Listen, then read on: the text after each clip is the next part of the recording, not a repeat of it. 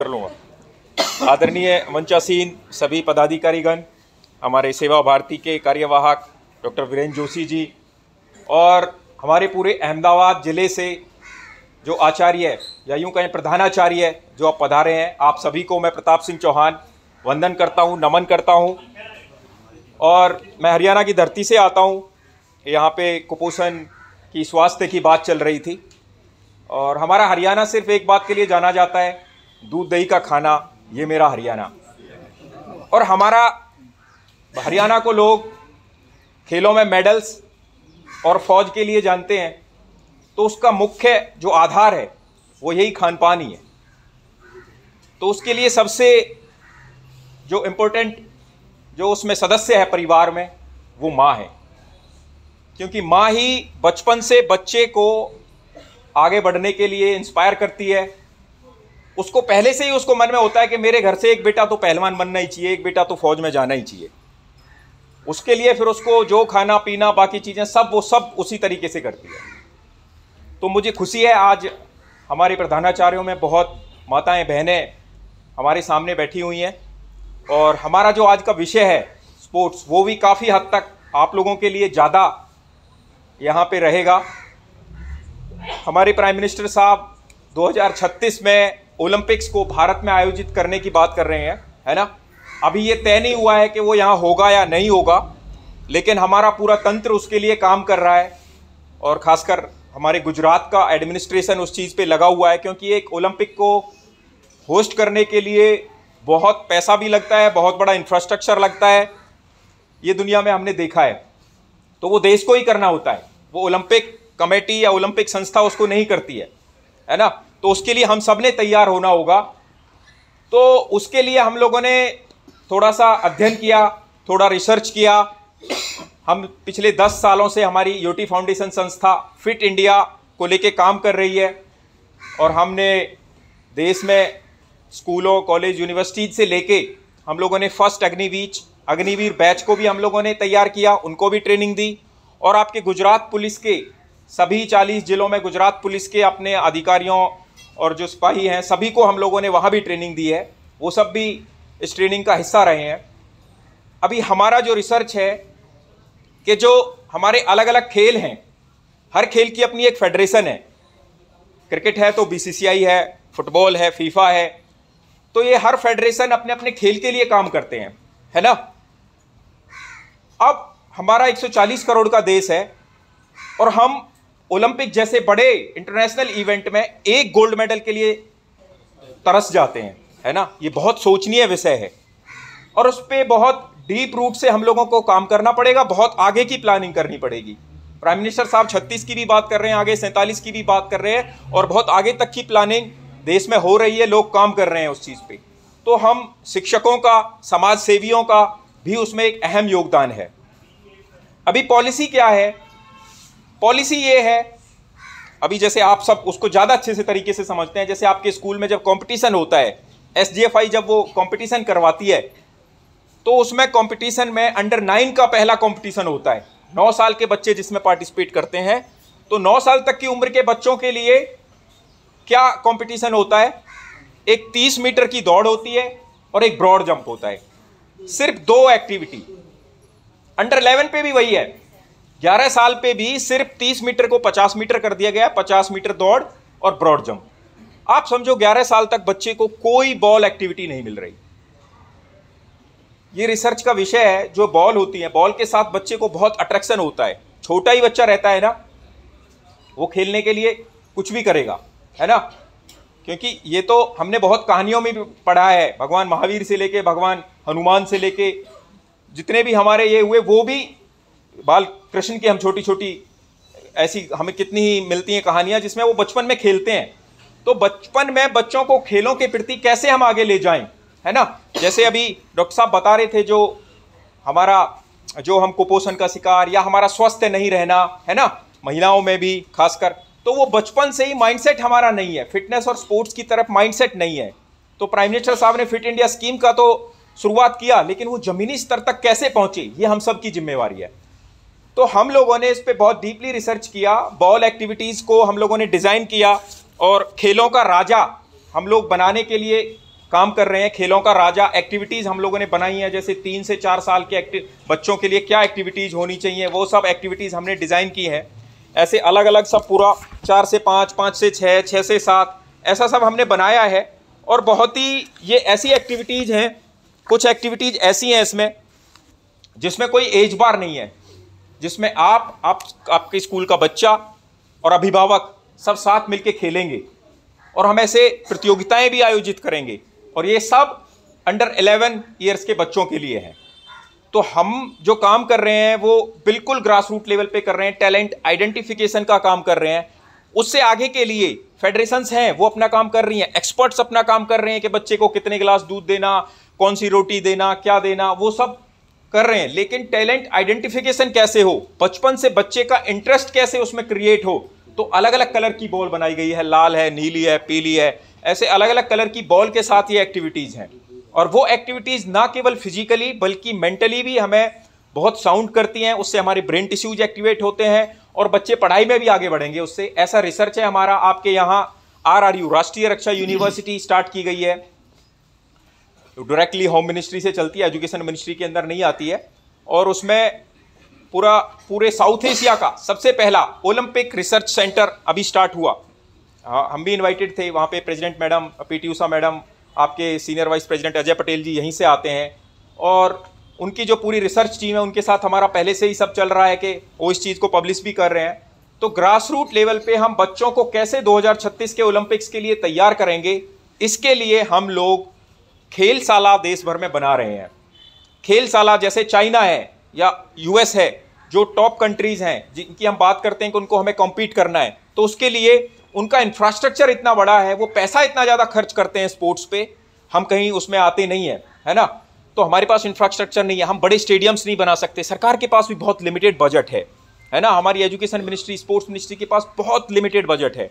तो हम लोगों ने sports secretary madam Sujata Chaturvedi ji आती हैं, दिल्ली बैठती हैं, पूरे इंडिया की स्पोर्ट्स सेक्रेटरी मैडम है, उनको हम लोगों ने प्रेजेंटेशन किया और हम लोगों ने इस चीज़ की अनुमति ली कि हम फिट इंडिया के अंदर हम खेलशाला, स्कूलों में खेलशाला कुछ नहीं, हम बहुत छोटे से इक्विपमेंट्स के साथ, छोटे से बास्केट्स बच्चों को करने के लिए, छोटे छोटे इस बॉल्स और कुछ ऐसे इक्विपमेंट्स के साथ हम खेलशाला की शुरुआत करेंगे, जहाँ पे हम बच्चों का इंटरेस्ट डेवलप करेंगे। जो देश को तोड़ने वाली ताकतें हैं, आपको पता होगा, आप बहुत अच्छे से परिचित होंगे, जैसे ड्रग्स में जो बच्चों को ले जा रही हैं, कॉलेज में जो बच्चों को ड्रग्स में ले जाते हैं, तो कैसे वो छोटे छोटे ड्रग्स बच्चों को देते हैं और फिर बच्चे उस तरफ पूरे उसके आदी हो जाते हैं, उससे निकल नहीं पाते हैं। या जैसे आतंकवादी जो ग्रुप हैं, संगठन हैं हमारे डिस्टर्बेंस जोन में, कश्मीर में, नॉर्थ ईस्ट में, कैसे वो बच्चों को गलत रास्ते पे ले जाते हैं। तो हमें बस ऐसे थोड़ा लालच देना है बच्चे को। हमारा काम है एक माहौल पैदा करना, बच्चे को एक लालच देना, एक नशा देना स्पोर्ट्स का और फिटनेस का। ये नशा स्पोर्ट्स और फिटनेस का होगा, है ना। और इसीलिए इस प्रतियोगिताओं को ऐसे डिजाइन किया गया है कि जिसमें टीचर, बच्चे और अभिभावक मिलकर खेलेंगे। और यहाँ पे जैसे क्रिकेट फेडरेशन ने तो दुनिया का सबसे बड़ा स्टेडियम बनाया है, तो हम आदरणीय प्राइम मिनिस्टर जी से रिक्वेस्ट करेंगे कि यहाँ पे इस स्टेडियम में हमारे सरकारी स्कूल के बच्चों को ऐसी प्रतियोगिता जिसमें 1 लाख प्रतिभागी हों, महिलाएं, बच्चे, हमारे टीचर्स सब साथ मिलके खेलें, और वो अपने आप में बहुत अनूठा होगा। कई बार आपने देखा होगा क्षत्रानी महिलाएं यहाँ गुजरात में वो तलवारबाजी करती हैं, वो कितना अपने आप में अलग रहता है। तो अगर ऐसे ही बच्चे और सब मिलके फिटनेस के ऐसे इनिशिएटिव करेंगे तो हम आगे बढ़ पाएंगे। हमारे DO साहब ने, देसाई साहब ने हमें सहमति दी है इसके लिए, आपके सामने आज बात भी रख रहे हैं।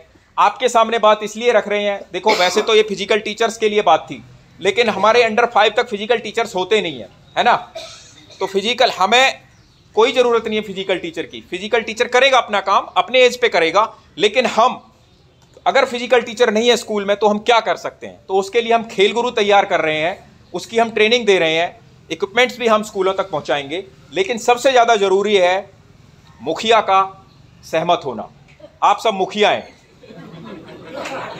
देखो हरियाणा तो इसी चीज़ के लिए जाना जाता है, हमारे यहाँ खाप पंचायतें चलती हैं, और वो खाप पंचायतें मुखिया पे ही चलती हैं। भाई मुखिया ने जो कह दिया उसको सब मानेंगे। तो अब मुखिया आप सब बैठे हैं, आप सब की सहमति नहीं होगी तो फिर स्कूल में क्या पत्ता भी नहीं हिल सकता।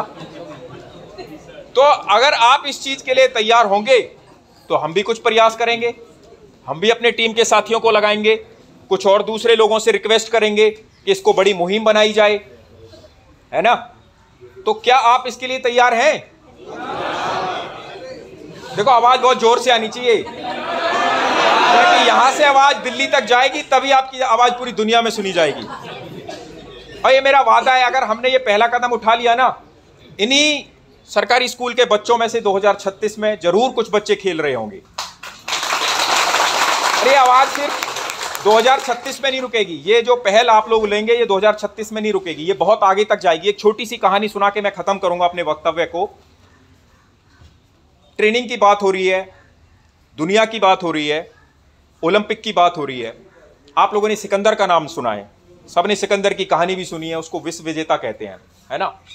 लेकिन इस कहानी, ये थोड़ी सी अधूरी कहानी है। सिकंदर की जो माँ थी उसका नाम सुना है किसी ने? पता है किसी को क्या नाम था? कोई बताएगा? उनकी माता का नाम था ओलंपिया। ओलंपिक की हम बात कर रहे हैं ना, उनकी माँ का नाम था ओलंपिया। वो कहती है कि मुझे अपने बेटे को विश्व विजेता बनाना है, ऐसा बनाना है कि वो पूरी दुनिया जीत सके। अपने हस्बैंड को बोलती है। तो वो कहते हैं यार ये तो कैसे संभव है। तो उनके देश में जो दार्शनिक थे एरिस्टोटल, तो एरिस्टोटल के पास ले जाते हैं वो उसको, और वो बोलते हैं कि मेरे बेटे को विश्व विजेता बनाना है, ऐसी ट्रेनिंग आप इसको दो। तो एरिस्टोटल को आज दुनिया का सबसे बड़ा उसको दार्शनिक मानते हैं लोग, मेरा ऐसा मानना नहीं है। अरस्तु जो था, तो वो कहता है मैं बना दूंगा इसको विश्व विजेता। वो कहता है ट्रेनिंग दूंगा मैं इसको, लेकिन इसमें इतना धन खर्च होगा। तो वो कहते हैं अरे एक बच्चे को ट्रेनिंग देने के लिए इतना धन? तो कहते हैं नहीं, धन तो लगेगा, आपको ट्रेनिंग देनी है तो आप बताओ। तो वो तो राजा होता है, कहता है ठीक है, दिया आपको धन। तो अरस्तु क्या करता है, पूरे देश में घूम घूम के सिकंदर की उम्र के, वो 3-4 साल का रहा था उस टाइम, उसकी उम्र के 8000 बच्चों को वो सिलेक्ट करता है, और उन 8000 बच्चों को एक साथ, एक गुरुकुल कह सकते हो आप, उसमें वो ट्रेनिंग देता है। अगले 8 साल 10 साल तक वो ट्रेनिंग देता है। तो इसलिए कहते हैं कि सिकंदर की जो उसके जो बॉडीगार्ड थे वो वेल ट्रेंड आर्मी थी। उसको लेके जब वो निकलता है एक देश में, फिर उसको जीत लेता है, उसकी आर्मी उसके साथ मिल जाती है। ऐसे एक के बाद एक देश को वो जीतता चला जाता है। ऐसे वो सारे देशों को जीतता है। लेकिन इससे आगे भारत में उसको जब चुनौती मिलती है, तो राजा, जिसको ये पौरस बोलते हैं, उसका नाम था महाराजा पर्वतेश्वर, ठीक है, उनके वंशज आज भी हैं। महाराजा पर्वतेश्वर से जब उसका मुकाबला होता है तो उसको समझ ही नहीं आता। वो घोड़ों की सेना लेके निकला होता है और इसके पास हाथियों की सेना थी, इसके पास तलवार होती है और महाराजा पर्वतेश्वर के पास गदा होता है। तो पहला ही वार जो होता है वो इतना क्विक होता है, इतना तेजी से होता है कि उसकी पसलियों पे लगता है और उसकी पसलियां टूट जाती हैं। लेकिन उसके बॉडीगार्ड इतने क्विक रहते हैं, उसको बचा लेते हैं और वहां से पीछे वापस भाग जाते हैं। तो उसकी जो सेकंड लीडरशिप थी सेल्यूकस, वो उसको ले जाता है, बचा नहीं पाता है, अफगानिस्तान जाते जाते वो मर जाता है। तो वो फिर से ये कहता है कि मैं भारत से बदला लूंगा, इसकी मौत का बदला लूंगा।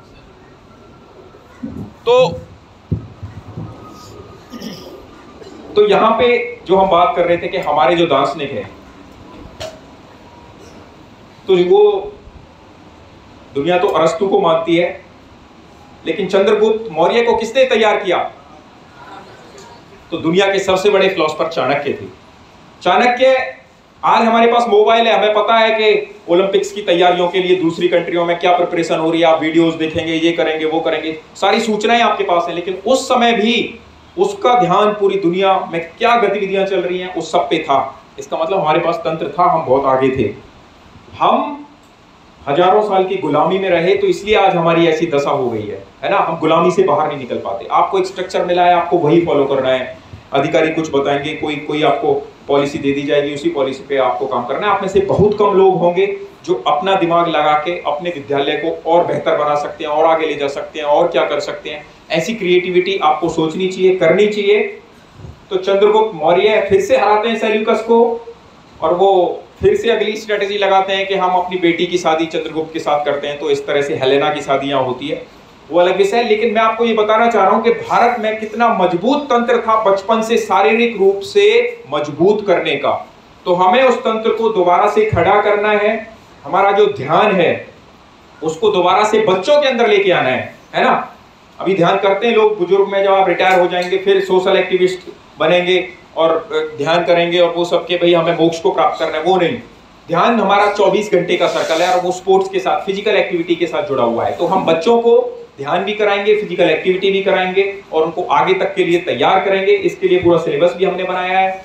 हम अलग अलग कंपनी से बात कर रहे हैं कि ज़्यादा से ज़्यादा इक्विपमेंट्स आप तक पहुंचाए जाएं, है ना, क्योंकि जो प्राइवेट संस्थान है, प्राइवेट जो अकेडमीज बनी हुई है, उन तक तो पहुंच जाते हैं, उन तक तो लोग तैयार कर लेते हैं, छोटी कम उम्र में भी थोड़े अपने बच्चों को वो तैयार कर लेते हैं। लेकिन हमारे सरकारी स्कूल के बच्चों को तो कोई ऑप्शन ही नहीं है ना, 11 साल का हो गया तब तक तो उसको पता नहीं है किस खेल में उसका करियर बन सकता है, वो इंटरनेशनल लेवल पे कैसे कॉम्पीट कर पाएगा। तो अगर 6 या 7 साल की उम्र में हम बच्चे का गेम सिलेक्ट कर पाए कि इसका करियर फुटबॉल में बन सकता है, इसका हैंडबॉल में बन सकता है, इसका बास्केटबॉल में बन सकता है, तो हम इंटरनेशनल लेवल पे बहुत बड़ा परिवर्तन कर पाएंगे, हमारे मेडल्स बढ़ पाएंगे। तो इस चीज पे हमने काम करना है और आप सबके सामने मैंने बात रखी है, बहुत ज्यादा टाइम नहीं लूंगा, भूख भी आप लोगों को लगी है और सुबह से आप लोग बैठे हैं। आप हमारे साथ, मेरे से भी अगर किसी को कोई डायरेक्टली जुड़ना है, कोई बात करनी है, हमारे यहाँ पे अधिकारीगण हैं, उन सबके पास भी हमारे कॉन्टेक्ट रहेंगे। और ये हमारा पेपर भी पड़ा है, इसमें हमारी थोड़ी पॉइंट्स भी लिखे हैं किस तरह से क्या करेंगे, और ये हमारा स्कैन कर भी सकते हैं आप, डायरेक्ट व्हाट्सएप चैट पे पहुंच जाओगे, इसको स्कैन करोगे व्हाट्सएप से, यहाँ पे ये पेपर्स हैं और आपके पास हम रहेंगे। हम इस मिशन की शुरुआत करेंगे, आपके जो टीचर्स हैं, टीचर के साथ हमारा कोशिश रहेगा कि हर स्कूल से एक बच्चा आप टीचर के साथ भेजें, भले ही आप वो बच्चा वो भेजें जो पढ़ाई में सबसे बेकार हो, जो बिल्कुल नहीं पढ़ता हो। हम ये नहीं कह रहे कि हम उसको पढ़ाई से दूर ले जाएंगे, लेकिन जब हम उसके साथ काम करेंगे, उसको सरपंच बनाएंगे आपके स्कूल का, उसको एक जिम्मेदारी देंगे, उसको जिम्मेदारी का आभास होगा, वो पढ़ाई में भी आगे बढ़ेगा और वो खेल में भी आपके बच्चों को आगे निकालेगा।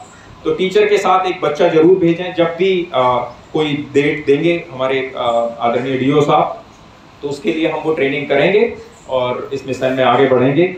आप सभी का बहुत बहुत धन्यवाद, डीओ सर का और सब पूरे अहमदाबाद का जो ये अपना शिक्षण जो समिति है, उस सभी का आभार। हमें यहाँ बुलाया, हमारी बात रखने का मौका दिया।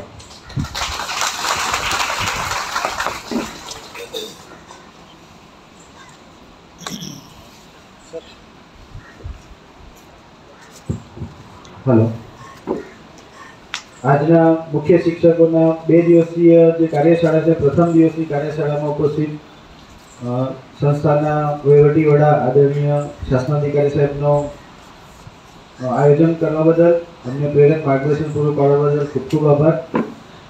आदरणीय घनश्यामभाई साहेब, डॉक्टर वीरेनभाई साहेब, हरियाणाથી પધારેલા ચૌહાણજી, તમામ મદદની શાસનાધિકારી શ્રીઓ, સુપરવાઇઝર શ્રીઓ અને